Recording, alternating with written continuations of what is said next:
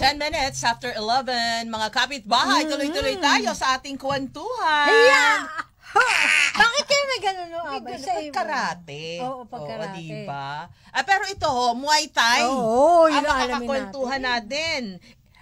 In the person of Mr. Ariel Camacho. Magandang morning sa inyo, Sir Ariel. Welcome po sa kapitbahay. Good po sa inyo. Oo. Hello. Opo, Sir Ariel, saan po ba kayo naroroon ngayon? Sa ngayon po, nandito po ako sa Sky Gym, sa RC Sky Gym po. Sa aming gym. Saan dito po? Sa Catanduanes po. Sa Catanduanes. Ayan. Sa kabila ng sabi nga niya sa atin mga kapitbahay ay baka magkaroon ng slight problem pagdating sa signal dahil nga po sa Catanduanes siya naroon. Anyways, hindi ho naging hadlang yan. At eto, kausap na ho natin siya. Oho. Sir Ariel, ano ba itong Muay Thai na ito? Ito ba ay self-defense na ano ba martial na martial arts, self-defense and physical fitness na rin po, ma'am. Yan po. Ayun. Ay, si Julie po ito. Ito po si Charo G, ho. Good morning po sa inyo. Opo. Hello po sa good morning po sa lahat. Magandang araw po sa atin. Opo, welcome po sa kapitbahay sa Radyo Agila. Kailan sa po kayo? Thank you very much po. Opo. Kailan po kayo, nag-start na magturo ng Muay Thai? And bakit Muay Thai? Actually, ma'am, isa po akong fighter sa boxing. Dati po akong boxer ng Philippine Army. Nag-apply po ako sa AFP, Armed Forces of the Philippines. Kaya nga lang po hindi natuloy dahil hindi po pumapayag yung aking parents na magsundalo po ako. Payag siya sa boxing pero ayaw niya magsundalo ako. Kaya pinagpatuloy ko na lang po habang nagtuturo na lang po ako. Nag-start po ako ng 2013 sa pagbo-boxing and nagsimula naman ako ng Muay Thai 2018 to now. Yan po, ma'am. Alam niyo, opo, Sir Ariel, pasensya na. Ang isang kapitbahay kasi alam niyo yung matanong. Okay lang po. Matanong lang, ba't ayaw po ng parents niyo na kayo po ay magsundalo? Ayaw niya po kasi ang alam niya, baka daw po kung sanggera po dalhin, naman po yun magiging army po ako, magiging sundalo po ako sana bilang isang atleta po ng army sa boxing, sa larangan ng boxing. At yan po nakasama ko rin po sa gym yung ating isa sa mga world champion natin, nakalimutan ko yung pangalan. Kinakabahan po ako Nagkukwentuhan lang tayo si Ray Bumbong Bautista, yung ating world champion, isa po sa mga nakasama ko dyan sa Philippine Army at saka yung mga ating magigiting na sundalong mga atleta din po, mga Asian Games, SEA Games, katulad nila Harry Tanyamor, yan po yung mga sundalong nakasama ko po dyan. Pag Muay Thai ang nasa isip ko, sir, naalala ko si Van Damme. Yung sa pelikula po, no?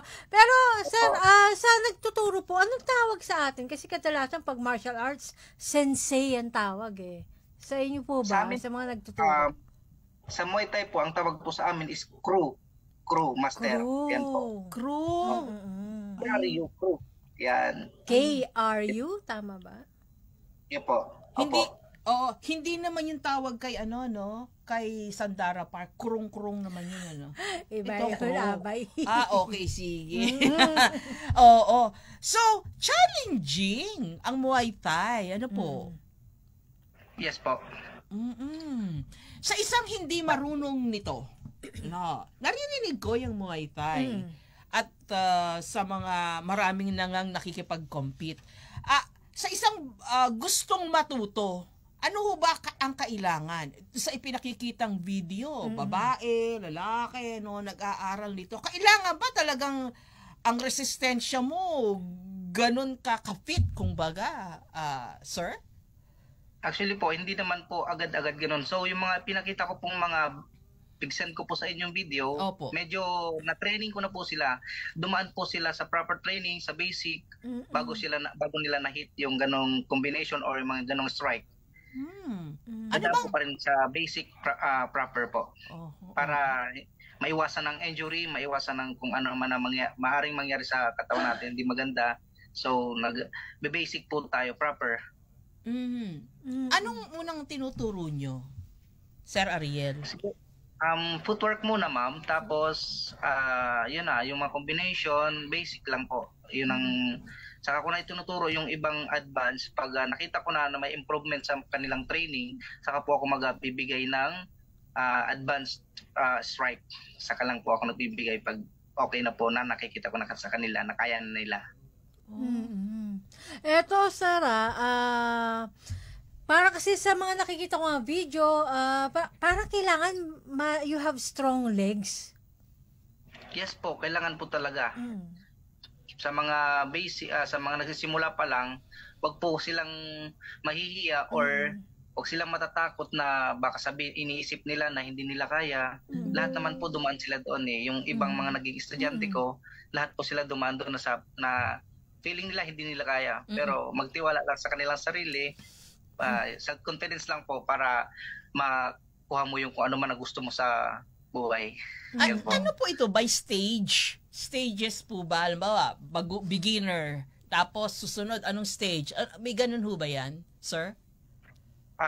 Meron po. Pero for now, mga basic lang po ang tinuturo ko sa kanila, ma'am. Ayun. At yung pagtuturo nyo ng basic na yun ay gaano katagal yon, sir? Siguro po depende po sa mga estudyante ko po. Kasi ang schedule nila is twice a week lang po sila, ma'am. Kasi dahil nga po sa pag-school nila, yung schedule nila, pag-aaral nila. So, umaabot kami ng almost 2 months. 2 months po. Para ma-memorize nila, makuha nila yung combination, yung pagkakasunod-sunod ng strike. Kasi may mga bilang din po kaming sa strike namin. Ay, teka muna, Sir Ariel, sa pag-aaral ba ng Muay Thai, ano ba yung na-improve dito? Kasi di ba sa boxing, syempre, yung pagsuntok nila, kailangan malakas. Para sa Taekwondo, they more on kick din sila. Malakas sumipa. Dito po sa Muay Thai, pag ito naman ang inaral nila.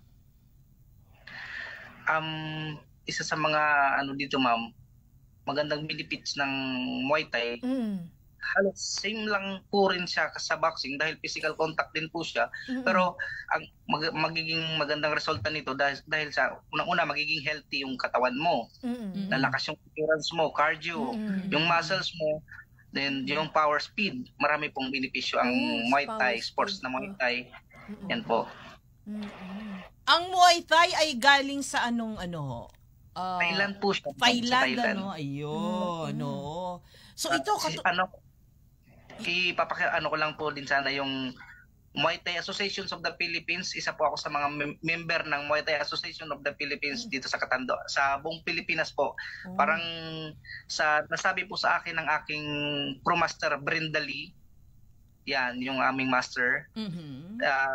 First time daw po magkaroon ng certified Muay Thai instructor dito sa Catanduanes. At ako po yung nauna. Kaya thankful po ako na parang from Catanduanes, nagbiyahe pa ako ng papuntang Manila, Pasig para lang mag-seminar training sa aming Muay Thai. Gusto ko po kasing maging certified na trainer sa Muay Thai. Bakit? Meron din ho ba, Sir Ariel, na nagtuturo ng Muay Thai na hindi naman pala certified?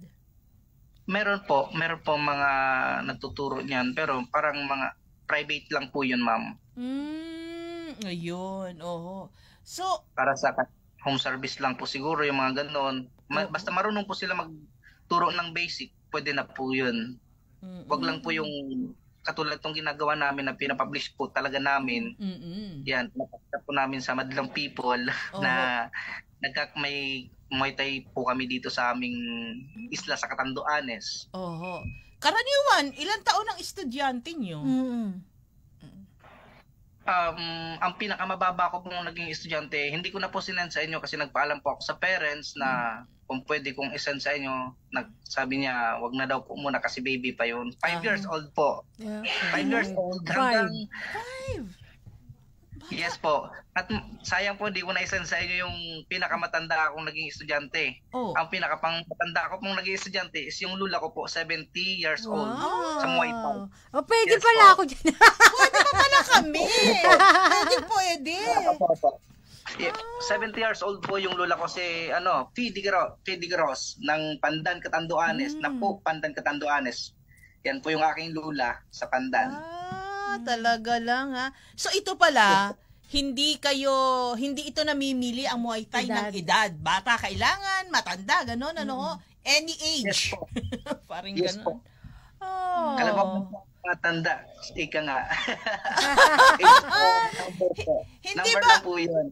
kapag ka may edad na, hindi ba medyo mahirap ng sumuntok at sumipa Oo. yan, Sir Ariel? Siguro po, para sa akin po, ini-encourage ko po kayo, lahat pong nanonood, na nakikinig, in-encourage ko po na wala po sa edad ang pagiging atleta or pagiging fitness. Kaya kailangan po, kahit na matanda ka na, sige, mag-workout ka pa para mas lalong humaba yung mga buhay natin. Oo.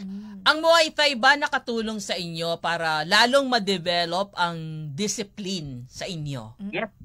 Yes po, number one po po na itinuturo ko yung pagiging disiplinado sa pag-Muay Thai po. Hindi po nawawala yung pag-discipline ko. Katulad yung mga kids na tinuturuan ko, ayan po, mga disiplinado din po yung mga bata na yan. Pero minsan medyo makukulit nga lang dahil siyempre alam naman natin, bata po sila kaya more on patient po talaga kailangan sa pagiging instructor.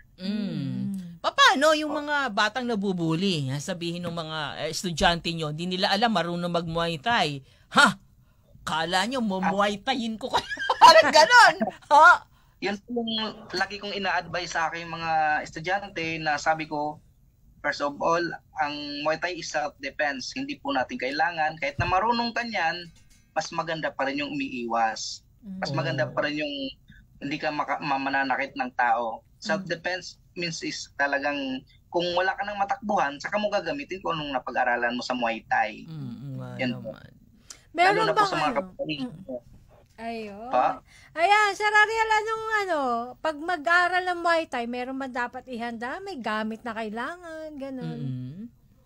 Ang ipoprovide lang po naman, ma'am, is first, hand wraps. Patulad po nito. Ganito po, hand wraps. Ayan. Medyo madilim nga po. Hand wraps and boxing gloves. Okay. Boxing gloves. At yung short na comfortable or leggings. Pero mas maganda yung short para mas comfortable po kayong gumalaw. Muay Thai shorts and yung t-shirt na kung comfortable lang po kayong kumilos na hindi kayo maabala sa suot ninyo. Pero syempre kapag hindi pa sanay, Sir Ariel, sasakit ang katawan, baka mamaya sumuko na agad. Yan po, isa po sa mga sinasabi ko kaagad sa aking mga estudyante na natural at normal po. No pain, no gain po tayo sa larangan ng sports na Muay Thai. Kahit sa ang larangan ng sports, talagang kailangan mo mag-sacrifice na masasaktan ka para lang matuto ka. Kaya ka natuto na po kasi nasaktan po ako dati. Kaya ngayon, alam dapat kong gawin. Oo nga naman. Sir Ariel, baka meron pa kayong gustong maipaalala doon sa mga kapitbahay natin na gustong mag-try ng Muay Thai at meron kayong gustong batiin. Please go ahead po. Ayan po, first of all, nagpapasalamat po ulit ako sa inyo sa pag-invite nyo sa akin dito sa Radyo Agila po. Thank you very much po, Ma'am Julie, Ma'am Charo G. Thank you very much sa inyo. Welcome po.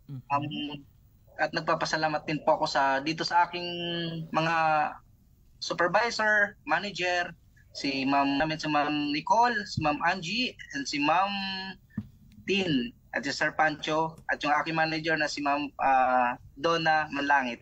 Thank you very much po sa inyo, sa kanila na nagtanggap sa akin dito. Kasi po, bago lang po ako dito sa aming gym na to. Hindi pa po ako nag-iisang taon.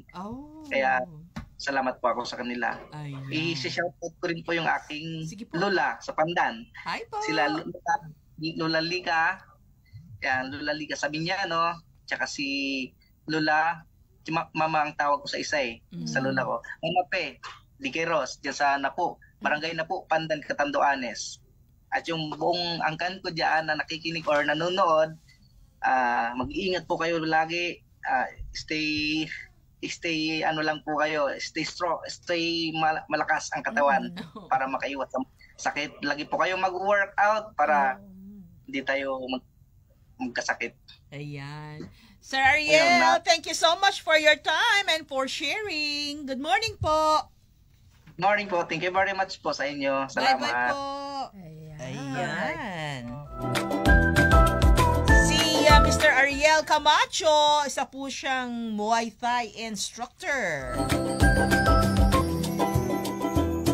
Talagang yung pag-aaral ng martial arts, walang pinipiling edad no? Totoo yan, Abay. Oo, kaya isa yan sa mga gusto kong naksibalikan. Oo. Hindi pa rin naman daw hanggang ngayon.